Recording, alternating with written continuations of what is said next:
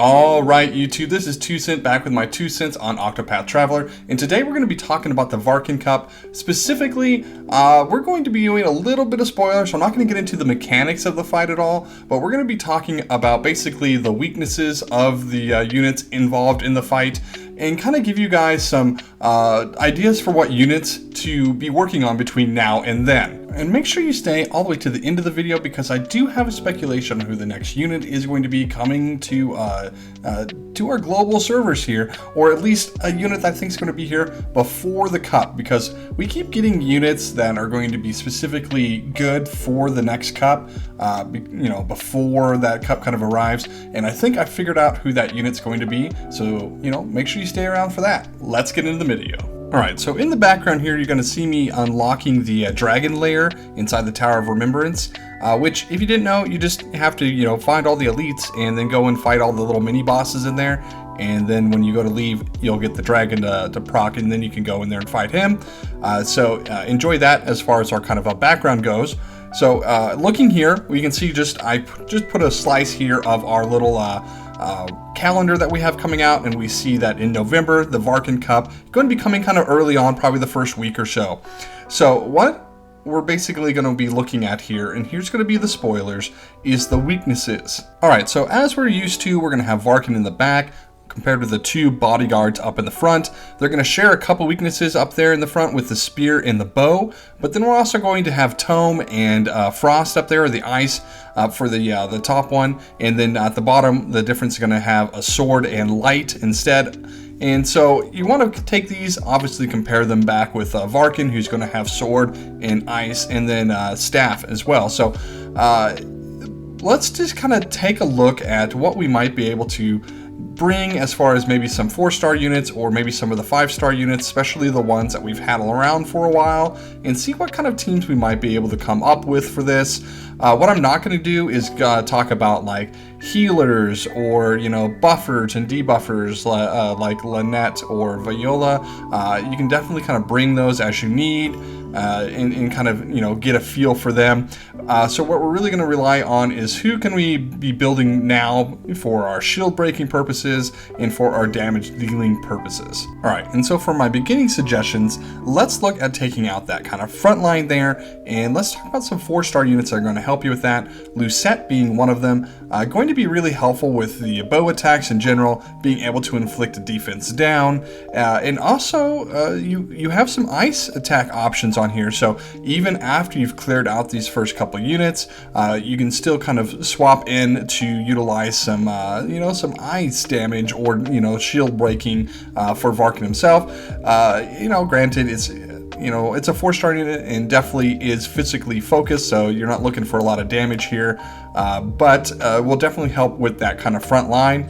And it should be an easy unit to try and get up to that 3rd awakening, because you're probably going to want that extra 1000 HP on them. So definitely one that I would think about taking a look at. Next one here would be Helga. Helga's going to have somewhat of the same usefulness, being able to spear down the first couple targets there, but then also has access to some ice single target hits, actually a 2x hit and an AoE for the spear. Really helps out as covering all your bases there. Also at the start of the fight, it does put in a 15% attack down on the whole enemy team for 3 turns, and so that's definitely going to be nice as you're getting into the fight and getting all of the rest of your sort of buffs and all the rest of your team kind of set up.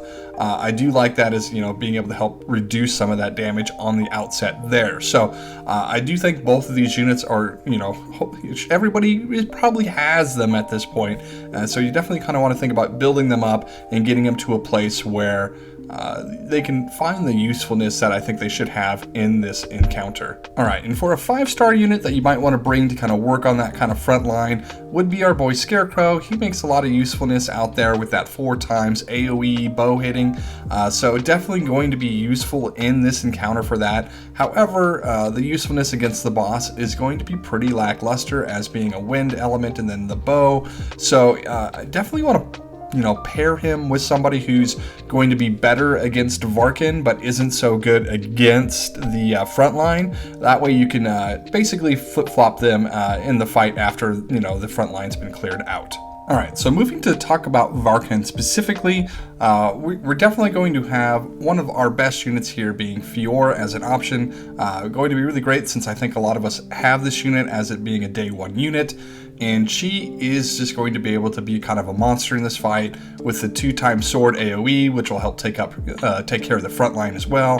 Going to have access to being able to inflict a 20% defense down, and then having a 3x sword single target attack for some breaking purposes.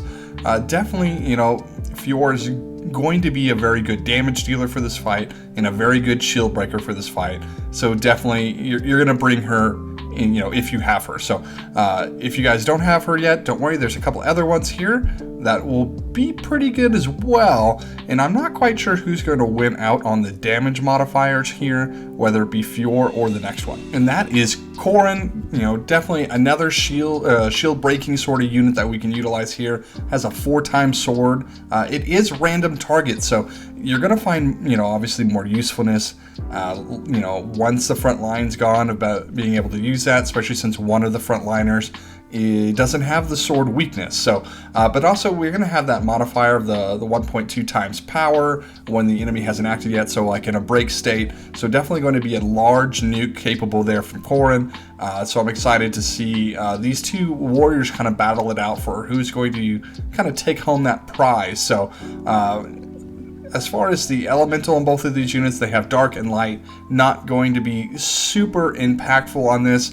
We do have one of the frontliners that does have that light weakness, but I'm going to say you're probably not going to worry about Corrin doing that since they are the ones that is also weak to the sword, so you're probably not going to worry about bringing those abilities from him. Alright, and the last unit that we currently have available to us that I really want to mention for this battle is, of course, Sophia. I know I talked about the two warriors kind of battling it out for damage.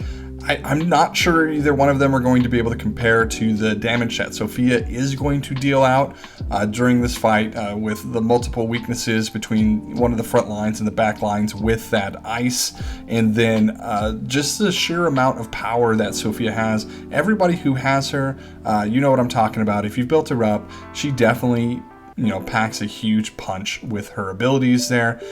She's also going to be able to inflict an, you know, ice defense down and magic defense down as well if you bring her tome ability.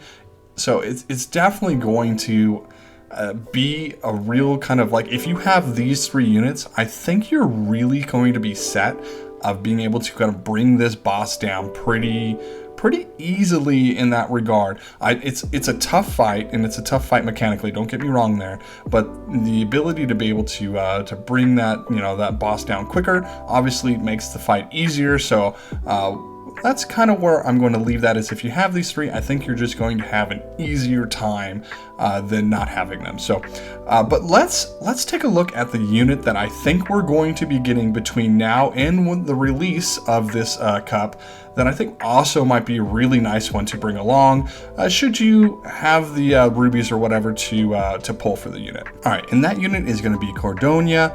I'm not going to give a full kind of review or, you know, kind of look into her kit, but let me just preface it with, she's got ice and she's got spear, so she's going to have that kind of effectiveness on the beginning side with the you know, front units, and then she's going to be able to do some work on the back units, you know, and she is a merchant, so she's going to have some tanking abilities there should you need them. Anyway, I hope you guys found this helpful, and get to work prepping for these units. And that's been my 2 cents.